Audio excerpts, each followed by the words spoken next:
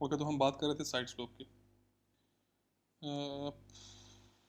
Side slope जो हम करते हैं, रखते हैं चैनल का, उसका फॉर्मूला ये वाला है कि साइड स्लोप की डेफिनेशन ये है, जो साइड स्लोप है उसकी डेफिनेशन ये है कि अगर कोई किनारा या कोई भी लाइन जो है वो हॉरिजॉन्टल के साथ कोई ख़ास एंगल बना रही हो, तो उस एंगल के बनाने के बाद हम कितना जो है, अगर हम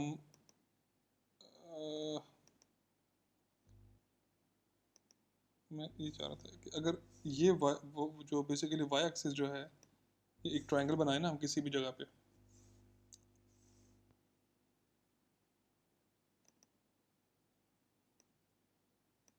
मैं बेसिकली इसको मिटाना चाह रहा हूँ।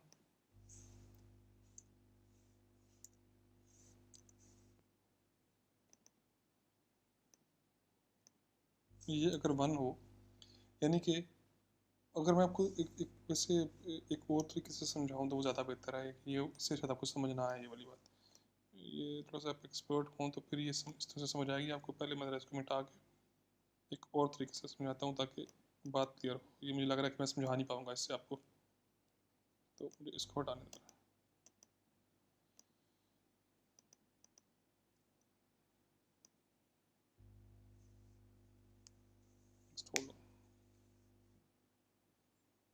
ओके,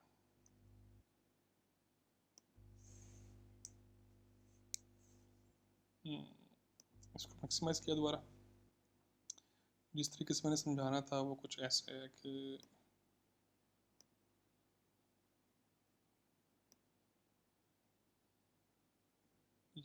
वही वाली हॉरिजॉन्टल लाइन अंदर वाली साइड पे आ गई।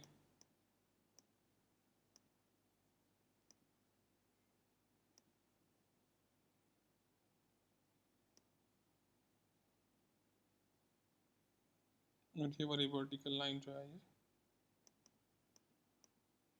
ये अंदर वाली साइड पे आ गई। ठीक है, ये जो जगह है, कहते ये हैं कि साइड स्लोप क्या होता है। साइड स्लोप बेसिकली कुछ भी नहीं है, जस्ट एक इंडिकेशन है, दो पॉइंट का मिलाप है। वो दो पॉइंट कौन से हैं?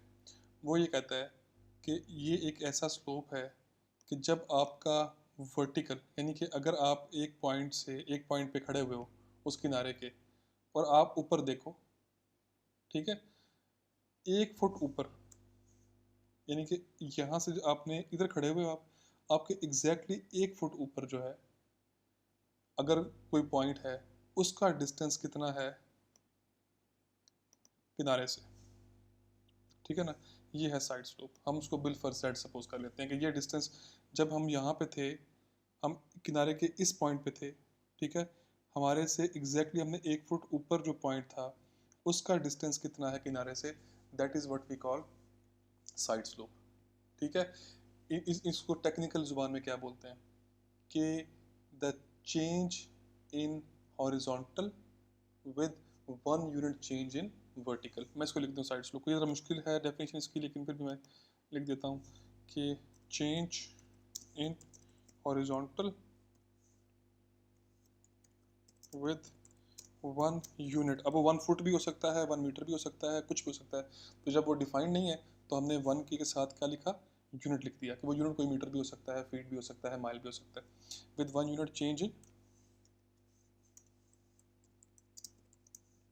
वर्टिकल।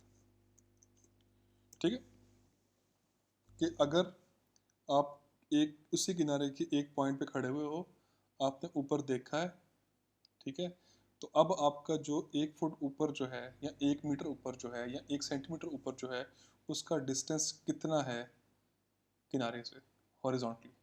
ठीक है, ये है आपका साइड स्लोप। आई होप कि ये क्लियर हो गया होगा। सही है। अच्छा, ये है जिसका साइड स्लोप। अब हमने इसका फाइंड करना है एरिया। हमने इसका सबसे पहले फाइंड करना है एरिया। ठीक है, अब देखो, इसका एरिया फाइंड करना कोई इतना मुश्किल काम नहीं, हालांकि लगता बड़ा मुश्किल है, लेकिन कोई इतना मुश्किल काम नहीं। इसमें है क्या, इसमें तो ये तीन जो है ना ट्राइंगल हैं, ठीक है ना। एक ये आ गया, मैं इसको डॉटेड लाइन से शो कराऊंगा। एक ये इसका ट्राइंगल है, ठीक है ना। दूसरा ट्रायंगल कौन सा आ गया, एक जी इसका, ये ट्रायंगल है, ठीक है।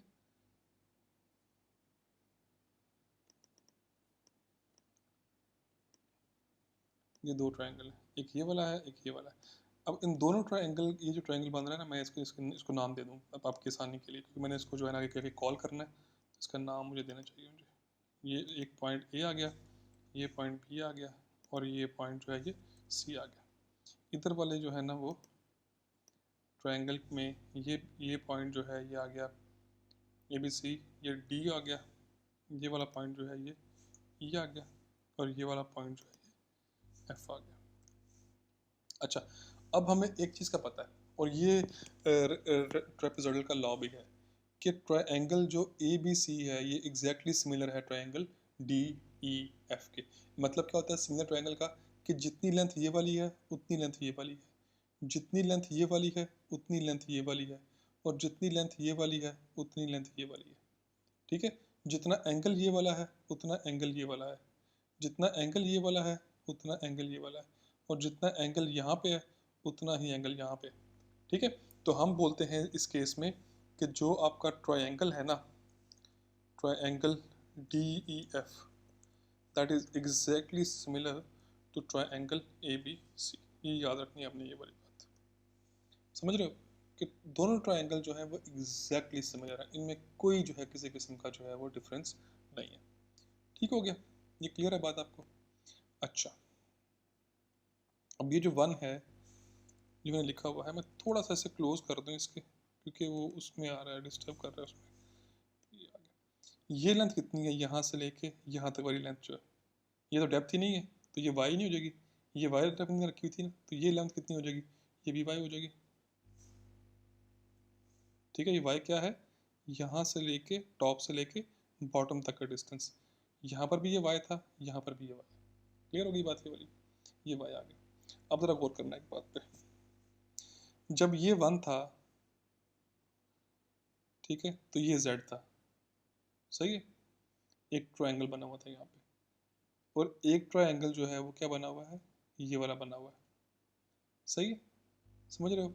ये भी राइट एंगल ट्रायंगल है और ये भी राइट एंगल ट्रायंगल है। राइट एंगल ट्रायंगल के जो अंदर वाला बना हुआ ट्रायंगल है वो भी उसके सिमिलर होता है, लेकिन एग्जैक्टली सिमिलर नहीं होता, हम उसे बोलते हैं प्रोपोर्शनल सिमिलैरिटी। अब ये लफ्ज़ मैं मुश्किल मुश्किल बोल रहा हूँ, लेकिन उसमें इशू कोई नहीं है, कि ये ट्रायंगल और ये ट्रायंगल जो है ना ये आपस में प्रोपोर्शनली सिमिलर है। क्या मतलब है इस बात का, ये वन है और अगर ये वाई हो गया, इस बड़े ट्रायंगल में मैं किस ट्रायंगल की बात कर रहा हूँ, ये डी ई एफ की, छोटा ट्रायंगल कौन सा वाला ट्रायंगल है, ये स्लोप वाला, दोनों राइट एंगल है, ठीक है। ये जब इसकी साइड वन थी तो इसकी साइड कितनी होगी, वाई होगी, ठीक है। यानी कि जब इसकी साइड वन थी तो इसकी साइड जो है वो क्या थी, वाई थी। अब जब इसकी ये वाली साइड जेड है तो ये कितनी हो जाएगी, समझने वाली बात है ना, गौर करो इस बात पे। ये वाली जो थी ना लेंथ, ये जब एक इकाई थी तो ये लेंथ कितनी थी, जेड थी। ये लेंथ अगर वाई हो जाएगी तो मैं क्या लिख दूं कि जी ये लेंथ जो है ना ये हो जाएगी वाई जेड, कोई ऐसी मसले वाली बात नहीं है। देखो, आपने ये जब वाई रखा तो ये जेड था, तो मैं क्या इसको जेड ज़रब एक नहीं लिख सकता, मैं लिख सकता हूँ ना, वाई तो वही ना, कि ये जब ये वाई है और ये जेड हो गई है, जब ये z है तो ये कितनी हो जाएगी, ये वाई जेड ही हो जाएगी। मुझे कैसे पता इस बात का, ये वन और ये y, आपने वन को किससे मल्टीप्लाई किया है, y से मल्टीप्लाई किया तो ये लेंथ आ गई है ना, ऐसी बात। तो ये जो लेंथ है इसको इसके इकाई बराबर करना हो तो किससे मल्टीप्लाई करना पड़े, इसको अपने y से मल्टीप्लाई किया तो ये आ गया, जब इसको y से मल्टीप्लाई करोगे तो क्या आ जाएगा, ये आ जाएगा। ये सिंपल सी एक जो है ना वो एक कॉन्ग्रुएंसी का जो है ना वो रूल है, जो पढ़ा भी होगा आप लोगों ने 7वीं 8वीं के अंदर जाके, कि जब दो ट्राइंगल्स कॉन्ग्रुएंट हो तो उनके अंदर क्या होता है कि जिस प्रोपोर्शनैलिटी से एक की लेंथ बढ़ती है उसी प्रोपोर्शनैलिटी से दूसरे की लेंथ बढ़ती है। ये y था, इसको आपने y से ज़रब दिया तो ये लेंथ आ गई। अच्छा, अब ये जब z है तो और इसकी लेंथ अभी अननोन थी, हमने इसकी लेंथ निकालनी थी, तो क्या करोगे, इस लेंथ को निकालने के लिए जो है वाई से मल्टीप्लाई किया है, तो इस लेंथ को निकालने के लिए किससे मल्टीप्लाई करोगे? वाई जेड से मल्टीप्लाई कर दोगे। आई होप कि ये बात क्लियर हो।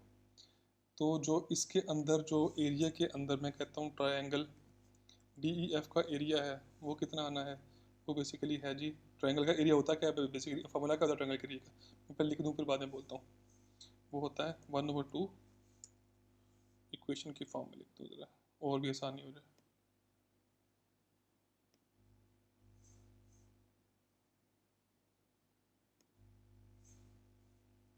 वो था 1/2 इंटू बेस ज़रब, पूरा लिख देता हूँ, बेस ज़रब हाइट। ये होता है जी ट्रायंगल का, राइट एंगल ट्रायंगल का एरिया फाइंड करने का फार्मूला। ठीक है, तो इस वाले ट्रायंगल के अंदर 1/2 तो वैसे का वैसे ही आ गया।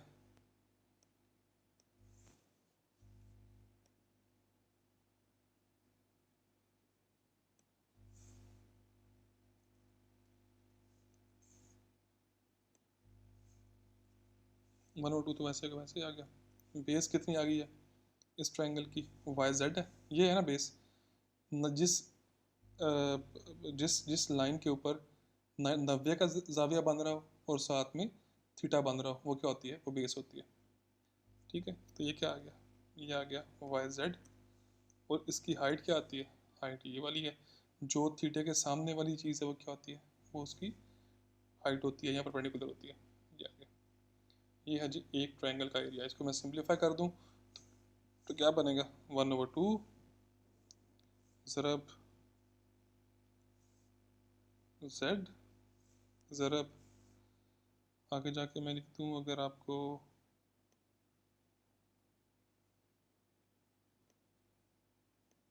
वाई का स्क्वायर, तो कोई मसले वाली बात तो नहीं है मेरा ख्याल। ठीक है ना, ये समझ आ रही है ना? ये सारे इक्वल टू बराबर। मैं थोड़ा इसको फॉन्ट छोटा मुझे करना पड़ेगा, लेकिन बात ऑलमोस्ट क्लियर ही है। मैं 26 से 24 पे ले आता हूँ। नहीं 24 पे भी ठीक नहीं है, तो 22 पे ले आता हूँ। ये देखो, आई होप कि ये चीज़ क्लियर होगी। ठीक है, बेस इंटू हाइट उसका फार्मूला है 1/2। बेस कितनी आ गई? ये वाली आ गई वाई जेड, फिर हाइट जो है जेड आ गई। सिंप्लीफाई किया तो ये इसका एरिया आ गया। तो अगर इसका एरिया ये वाला है, तो मुझे ये बताओ कि क्या मैं इसी को कॉपी करके कुछ ऐसे करके लिख दूँ कि जो ट्रायंगल है ना दूसरे वाला ABC, उसका भी यही वाला एरिया बन जाएगा, क्योंकि दोनों सेम सिमिलर है ना, एग्जैक्टली सिमिलर ट्रायंगल है। तो जितना इसका एरिया उतना इसका एरिया। अच्छा, अब जो रेक्टेंगल है, रेक्टेंगल जो है, कौन सा रेक्टेंगल? EFAC। कौन सा? EFAC। ये जो ट्रायंगल है ये वाला सारे का सारा, इसका एरिया कितना आता है? इसका आता है B/Y। सिंपल है ये तो कोई मसले वाली बात ही नहीं है जी। ये ट्रायंगल का एरिया कैसे आता है? बेस इंटू हाइट, तो B/Y आ गया, हमने उसका एरिया निकाल दिया। अब टोटल एरिया जो है ट्रेपेजॉइडल का, वो कितना आता है? वो आ गया 1/2। मैं कॉपी कर लूँ यार आसानी के लिए ज़रा।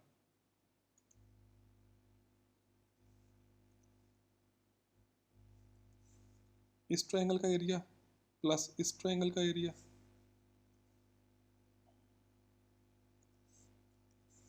और फिर साथ में ट्रेपेजॉइडल का एरिया, वो कितना है? B/Y। ठीक है, तो ये कितना हो गया? ये तो इक्वल टू हो गया, ये 1/2 प्लस 1/2, इसको मैं लिख दूँ ZY²।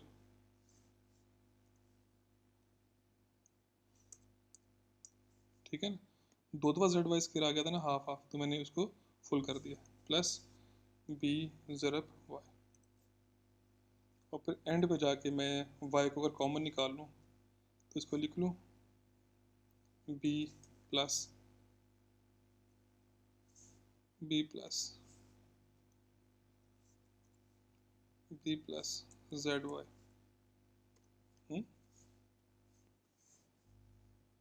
ये इसका एरिया जो है ट्रेपेजॉइडल चैनल का ये वाला एरिया जो है ये आ गया, ठीक है ना। तो ये है एरिया ऑफ ट्रेपेजॉइडल चैनल। क्या आपने उसकी डेप्थ जितनी है वो निकालनी है, जितनी थी उसकी जो बॉटम विड्थ है वो निकालनी है, साइड स्लोप में z जितना है वो निकाल लेना है, और फिर जो है ना वो डेप्थ के साथ उसको ज़रा दे के इसको सॉल्व कर लेना, तो इसका एरिया जो है ना वो आ जाएगा। ये है जी आपकी पहली इक्वेशन एरिया को फाइंड करने की for a trapezoidal channel. I hope ये क्लियर हो। अच्छा, एरिया के बाद हमने क्या फाइंड किया था, हमने इसका फाइंड करना है अगला वेटेड पेरीमीटर।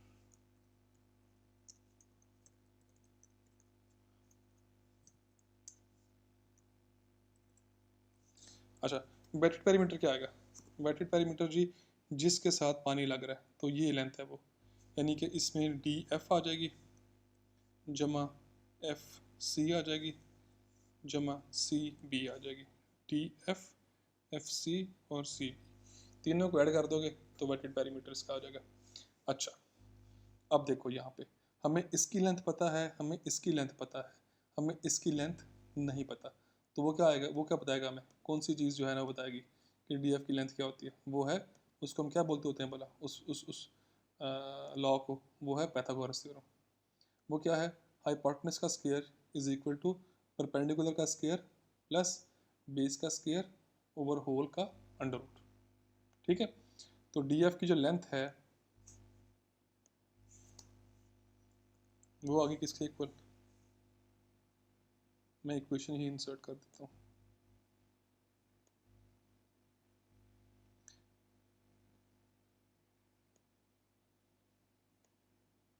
क्या नहीं है वो, सबसे पहले परपेंडिकुलर का स्क्वायर, क्योंकि ये लेंथ निकालनी है ना, तो ये लेंथ, ये हाइपोटेनस है ना ये वाला, 90 के सामने जो भी चीज़ रहती है वो ट्रायंगल के अंदर, राइट एंगल ट्रायंगल के अंदर 90 के सामने वाली साइड कौन सी होती है, हाइपोटेनस होती है।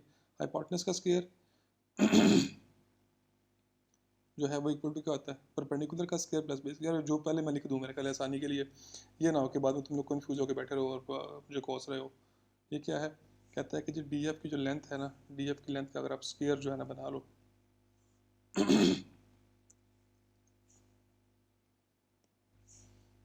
तो वो तो इक्वल टू होता है परपेंडिकुलर का स्क्वायर जो कि वाई का स्क्वायर है,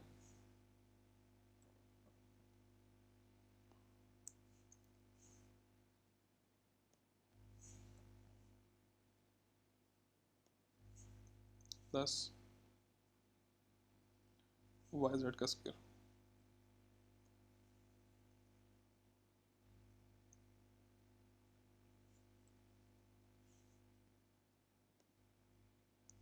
ठीक है। तो डी एफ किसके बराबर आ गई, डी एफ आ गई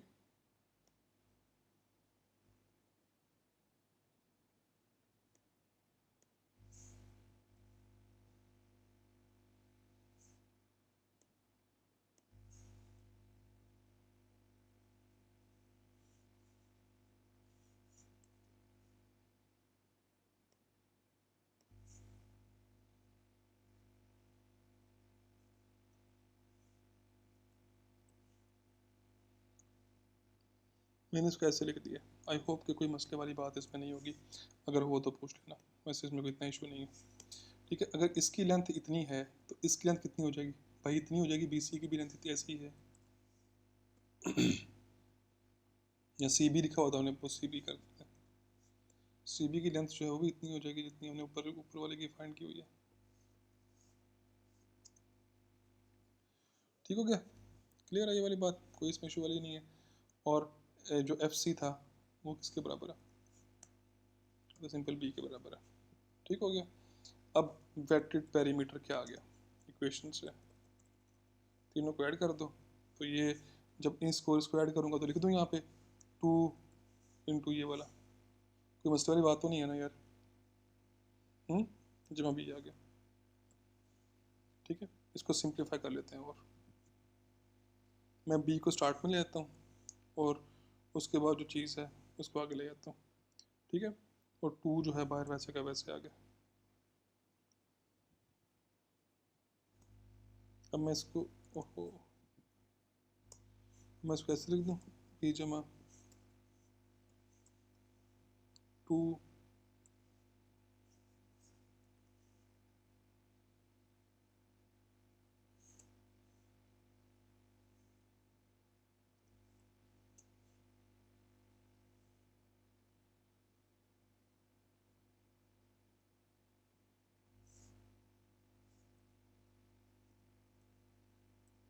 अच्छा, मेरी ये लिखने में कंफ्यूज नहीं होना आप लोगों ने। जो मैं लिख रहा हूँ, जो एंड पे लिखा जाएगा उसको देखना है आपने कि क्या वो आपकी समझ में आता है कि नहीं आता। ये ना हो कि आप इसी में कि मैं क्या लिख रहा हूँ, ये फाइनल शेप में इसकी लिख रहा हूँ। इसमें कोई मसले वाली बात तो नहीं है ना आप लोगों को, है ना। सिंपल सी चीज़ है। क्या सिंपल सी चीज़ है? सिंपल सी चीज़ ये है, आय हाय, तो ये जब भी मेरा हाथ लगता है तो ये। अच्छा, मैंने क्या किया इस वाले स्टेप में, मैंने सिंपल जो है क्या किया, वाई स्केयर कॉमन ले लिया। वन प्लस ये वाई स्केयर था, ये जेड स्केयर था, वाई स्केयर कॉमन आ गया जब, तो ये वाई बाहर चला गया, सिंपल जेड स्केयर जो है अंदर आ गया। ये बहुत सिंपल मैथ्स है, ये बोला, इसको बताने की भी जरूरत नहीं मेरा ख्याल है। तो क्या मैं इसको ऐसे लिख दूँ, 2y।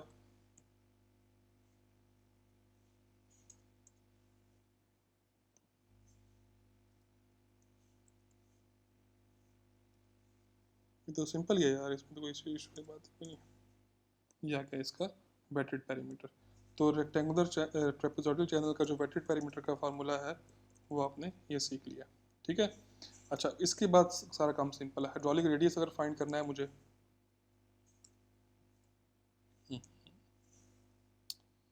समझ से बाहर है कि मैं क्या कर रहा हूँ ये।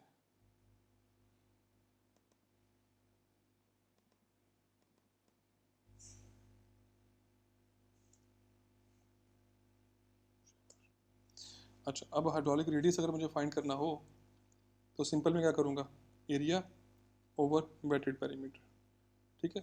तो इसको ज़रा फाइनल शेप में इसका आर की वैल्यू लिखते हैं ज़रा इसकी, तो क्या हो जाएगी, that must be equal to,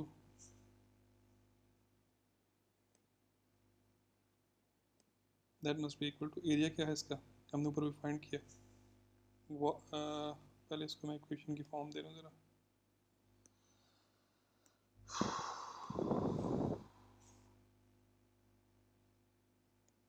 area क्या है इसका, Y into B plus Z Y, ठीक है।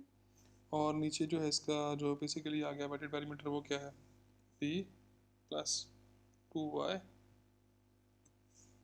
और ये चीज़ तो मैं इसकी वैसे ही कॉपी करके जो है लिख दूँगा वहाँ पे।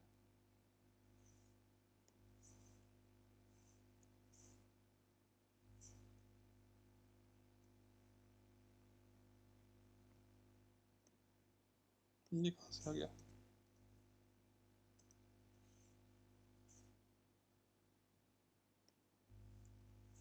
ये है जी बेसिकली आपकी जो है ना ये हाइड्रोलिक रेडियस की इक्वेशन है, ठीक है। इसके बाद आ गई हाइड्रोलिक डेप्थ। यहाँ सॉरी पहले टॉप विड्थ है इसकी, टॉप विड्थ टी जो है वो किसके बराबर है, वो जो इस लेंथ के बराबर है जमा इस लेंथ के बराबर है जमा इस लेंथ के बराबर, यानी कि डी ई, टॉप विड्थ जो है वो किसके बराबर है, डी ई जमा, O please don't go away, D E जमा E A plus A B, ठीक है ना जी। अच्छा जी, अब डी ई जो है वो किसके बराबर है, वो तो है वाई जेड के बराबर, जमा ई ए किसके बराबर है, ये पढ़ा हुआ है आपने, ये तो बी के बराबर है, छोटा बी, बॉटम मिड के बराबर है, और जमा वाई जेड, दोबारा ए बी जो है वो भी वाई जेड है, यानी कि ये भी वाई जेड है, ये भी वाई जेड है। ये लेंथ जो है ये किसके बराबर है, ये नीचे वाली चीज़ के बराबर है। तो ये इसका फाइनल जो है ना इक्वेशन आ गई। तो टॉप विड्थ जो है किसके बराबर है, B plus 2 Z Y, simple सी बात आ गई। अब हाइड्रोलिक डेप्थ क्या होती है, हाइड्रोलिक डेप्थ जो होती है ना वो क्या होती है, एरिया ओवर टॉप विड्थ। तो इसको भी ज़रा फाइनल शेप में लिख दें, इक्वेशन डाल के। तो जो टॉप उसकी हाइड्रोलिक डेप्थ है that must be equal to area which is this one,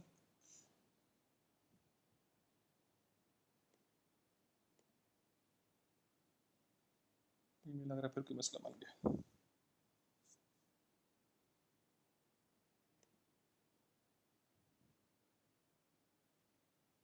just hold on, बच्चे मुझे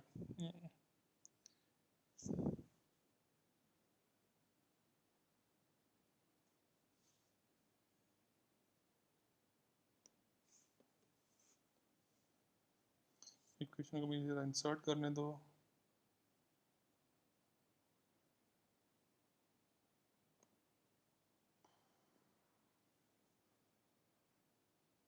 यार नहीं हो रही मेरे से इक्वेशन इंसर्ट, तो बस ये एरिया ऊपर मैंने क्या लिख दिया इसके, और इसको डिवाइड करना है किसके साथ, टॉप विड्थ के साथ, which is b plus 2zy।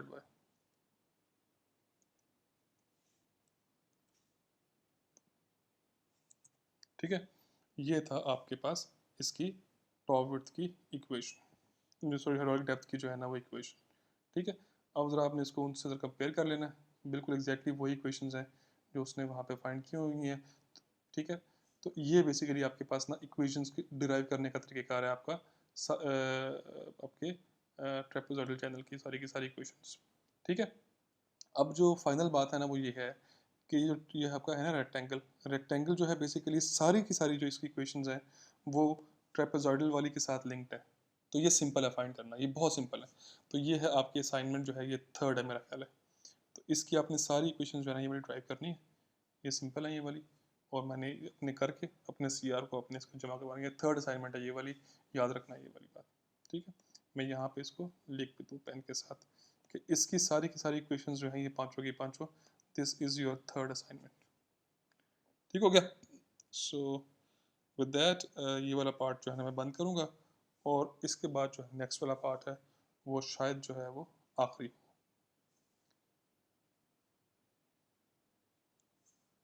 So stay tuned.